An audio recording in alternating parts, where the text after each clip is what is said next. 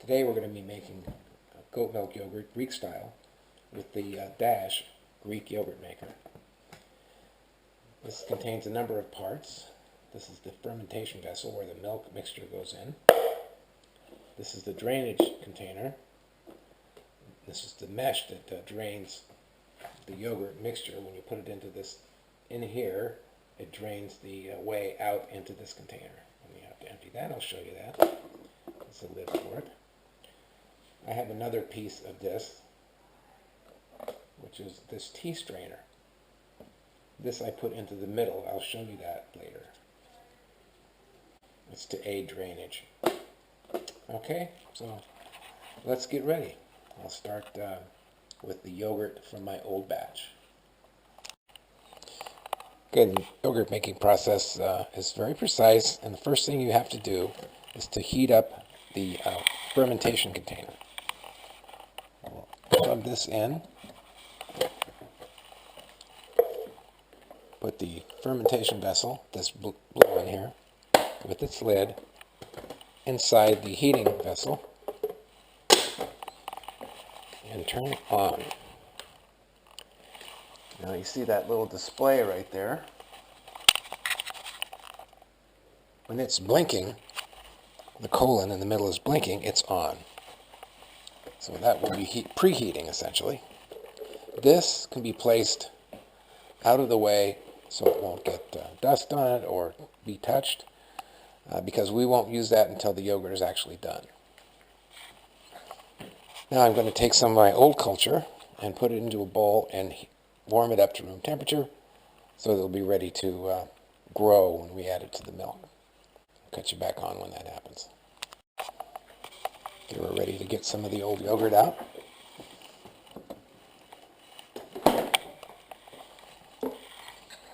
I use 3 tablespoons of the old yogurt mixture. And I'm using this clean, dedicated measuring spoon. It doesn't have to be exact, but close enough. And I'm being careful not to touch or use a spoon to do this. I kind of fling it in there. It can be messy.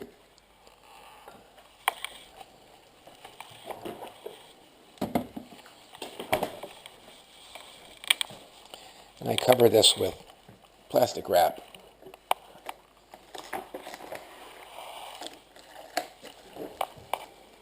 Keep anything from falling inside. And it's best not to lean over this or have hair or any kind of debris falling in there because it can spoil the yogurt. Now I'm going to place this over a heat register because it's winter and it's chilly outside. And I normally place this in the sun with a cover over a plate or something over that so the sun doesn't shine into the yogurt. That will damage the the bacteria. And let's cut you off there, and I'll be back to start the process. Okay, the first step in preparing the yogurt, other than preheating our container over there, is preparing the milk. This is the brand of milk I use. I've used one other kind. It didn't work out so well, but I'm not sure why that was. There's no reason why any goat milk wouldn't work, but this I find to be most effective. So we're making 1 1/4 at a time, so I'm going to pour this out till it reaches the bottom of that Pyrex logo right there. I'm going to pour it in the top of a double boiler.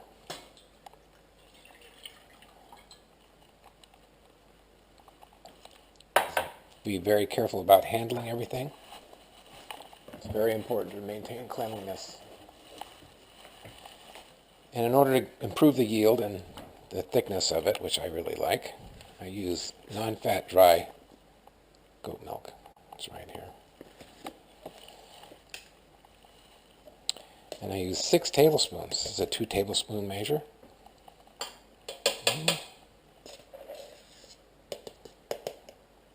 2 and 3. This will seem rather thick, but it's worth it, I can tell you. And you stir that in. And this takes a while to accommodate to completely dissolve in here. So I'm going to cut you off so you don't have to wait for that. Alright, it's been about 5 or 6 minutes. This is becoming nicely incorporated. You don't have to get every single piece, as long as the big ones are broken up. And it's best to whisk gently with this and not to whip it too hard. Alright, so this is now, I'm ready to add my second quart of yogurt here. This is actually 1/3 of a quart in here, and this is a full quart.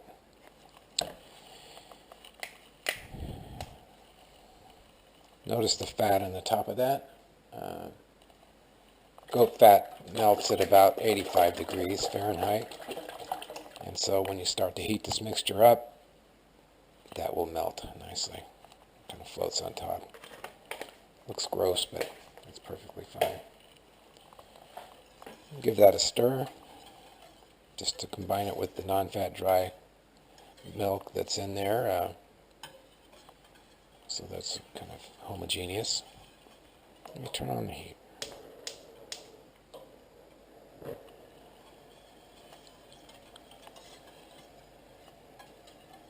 And whisk this every once in a while to keep the skin from forming on it, but you don't have to stir it the whole time. This takes about 9 minutes, so I'm going to time this on my stove here. I'm going to time 8 minutes actually, so it gives me time to come back and attend to it until it reaches its final temperature of 195 Fahrenheit.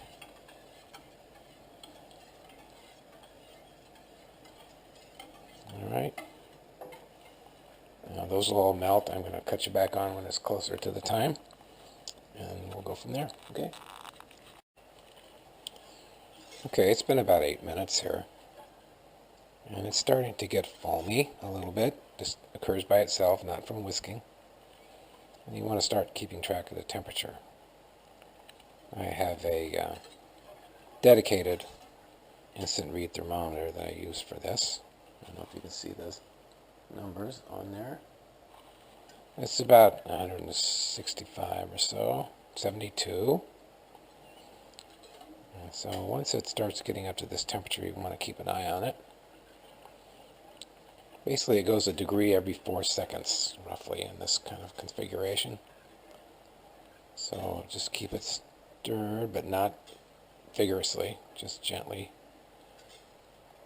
Keep it agitated so it doesn't form a skin or burn on the bottom. And keep measuring. 81, 182.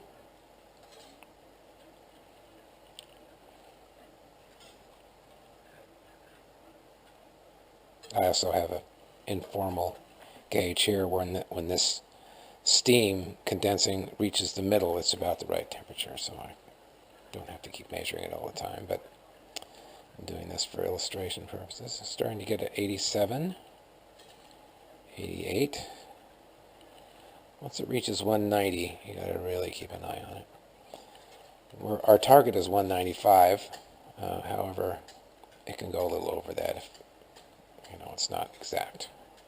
But I think at least 195 is where you want to be. You don't want it boiling hard, though.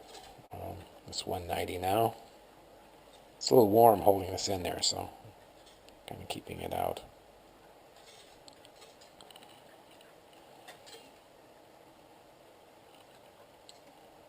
192, 3.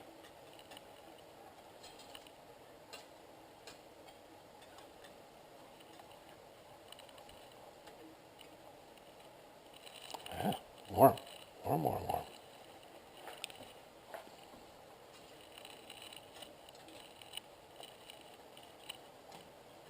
I think we're at 195 now, so I'm going to cut the heat. Bring it over here to the counter. I set it on a towel so it doesn't damage the surface of that.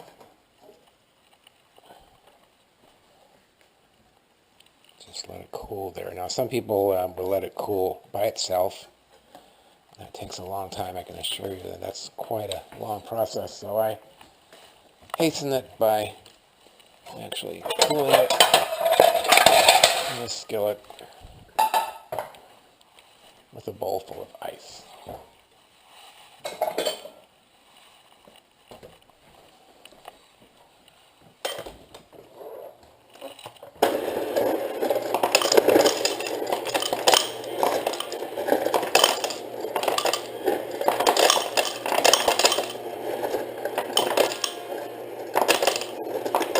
I should have had this set up before. My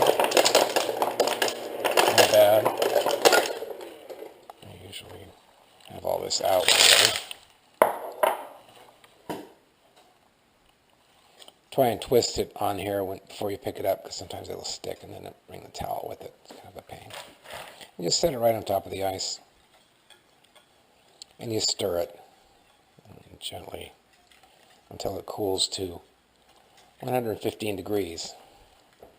That will take about 6 minutes, so I'm going to cut you off here and then cut you back on when it gets there.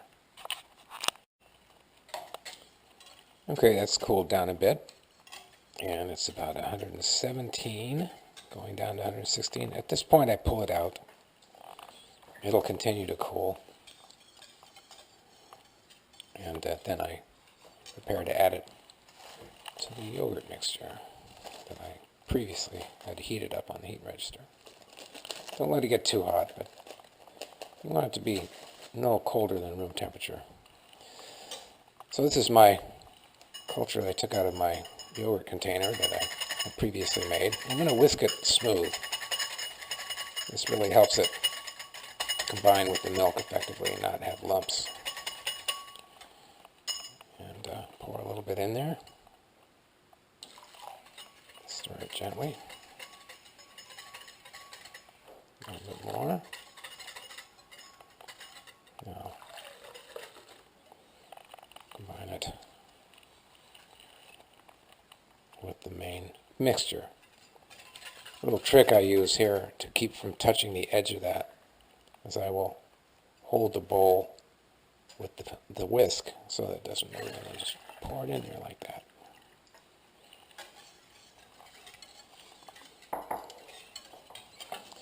I get my container,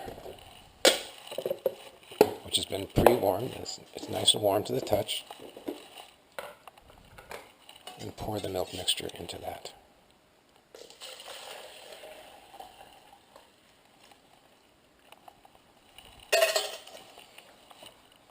Cover it. Now, I've seen demonstrations of this machine where they don't cover it. Don't recommend that because it will dry out the top. Set the time for 6 hours, and we'll be back 6 hours now. Okay, here we are 6 hours later. You can see the display says 4 minutes. And I'm going to remove the top. About 3 hours into the process, I inserted some plastic in here so that the top wouldn't dry out. I found that that's been a problem, and you see quite a bit of condensation in there, which I will shake off. And let me see if I can get the top of this. If you move this, let me put some light on. If you move the surface of this, and it wiggles like Jell-O. See what it wiggles like? That means it's done. I'm going to put this top on, take it off. Out of here. And it will sit like that for an hour and a half. And then I will put it in the fridge, in which the time in the fridge will be 12 hours. Turn this off. And cut you off.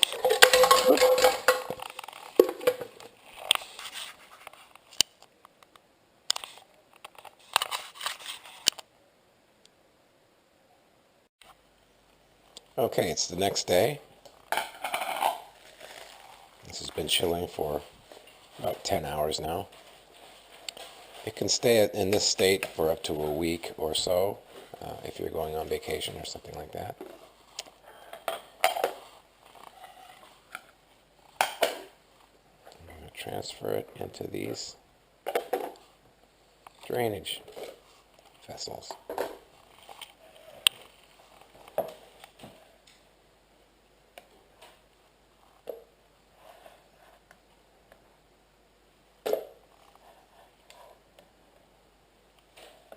can see that the extra non-fat milk has thickened it quite a bit. It would be quite a bit thinner if it didn't have the non-fat dry milk in there.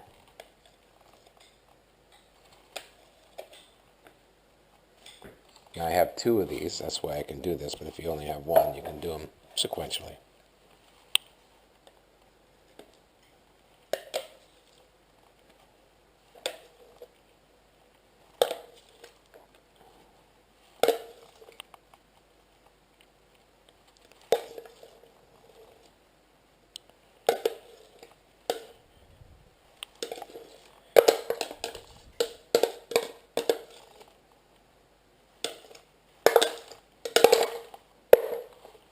This is where the tea strainer comes in. Just place it into the middle. Put the lid on top of it. Has a nice fit to the top. Don't worry about that little piece there. And what I do is I stack them like this.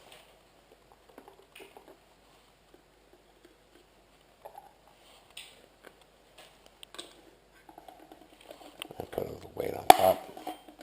Ramekin will do. And then put them in the fridge. And I'll cut you back on when it's drained. You can see what it looks like. Alright, this has been in the refrigerator for about 4 hours. I have my dedicated turkey baster. This is used for nothing but yogurt. And it's washed in the dishwasher each time. No touching this end. It's a measuring cup that I'm going to put the whey into. Well, let's see what we have here. Notice the accumulation of liquid in there.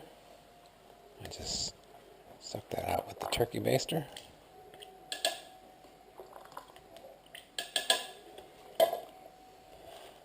And take this out. Be careful not to put your fingers in there. My hands have just been washed, by the way. And pour out the whey into there. And it's about 6 ounces of whey. Now, when you're done with this, carefully push down the tea strainer until it's even with the surface. The surface has sunk because it's lost some liquid. But don't put your fingers in there. And do the other one.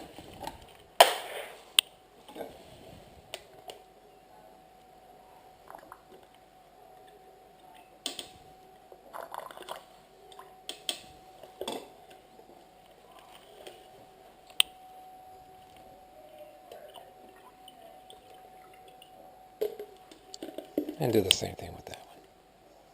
Being careful not to put your fingers into the yogurt. These will stay by themselves now that they're drained a little bit, so you don't need to put a weight on top. And these will be returned to the fridge, probably for a couple hours more, because generally I get about, this is 1.5 cups, I get almost a 1/4 cup short of 2 cups when these are completely drained.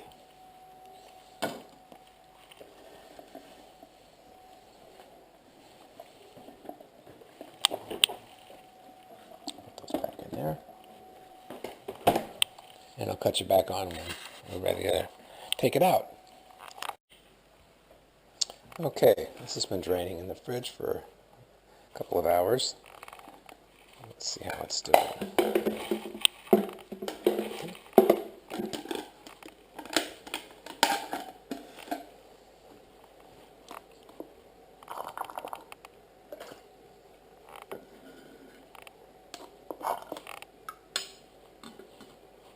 Now you see that the level of the yogurt has sunk down below the tea strainer, so that's usually a good sign that it's ready to go. Pull the rest of this out. The way I usually tell is I pull this out, and if it comes out pretty clean, it's ready.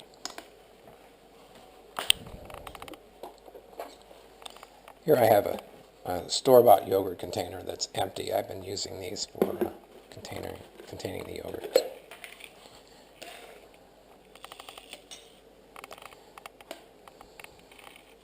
scrape the excess off this.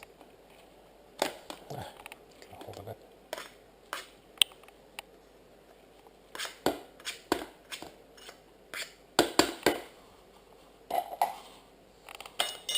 Now this is a somewhat tricky part.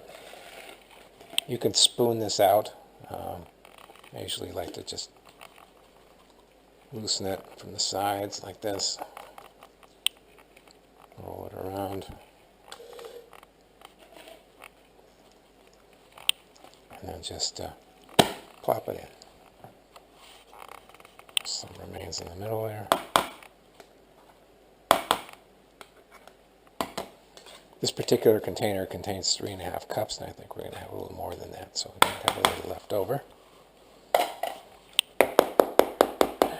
You can see from the consistency, it holds a spoon. It's quite thick.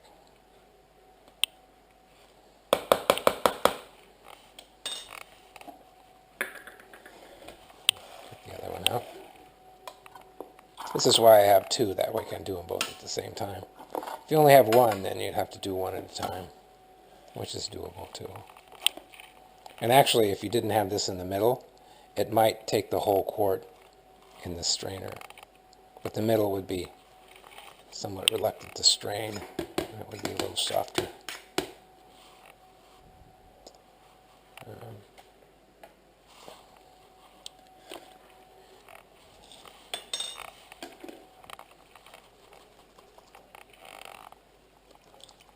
Be careful when you do this so it doesn't dump out. And this will be pretty hard to do if you had the entire contents in here with no tea strainer. That way it had no middle to collapse into, so it would be a little harder to do this. You'd probably have to spoon it out at that point.